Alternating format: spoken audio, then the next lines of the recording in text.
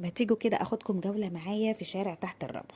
اللي لسه ما يعرفش شارع تحت الرابع ده في واجهة على طول المتحف الإسلامي اللي في شارع بورسعيد الرئيسي قدام مديرية أمن القاهرة. أول ما تدخل الشارع كده هتلاقي على إيدك الشمال بعد 50 متر من الشارع حراس طبعا بتاع الأعشاب معروف. بعد كده بقى حبينا نتمشى بقى في الشارع، لقينا كل مستلزمات الشوي. لقيت الهواية دي ب10 جنيه، حلوة جدا.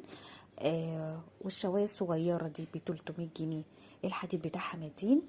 دي بقى عجبتني جدا، انها الترابيزه بتاعتها عمليه جدا، بتتقفل وتتفتح يعني ما تاخدش معانا مساحه خالص.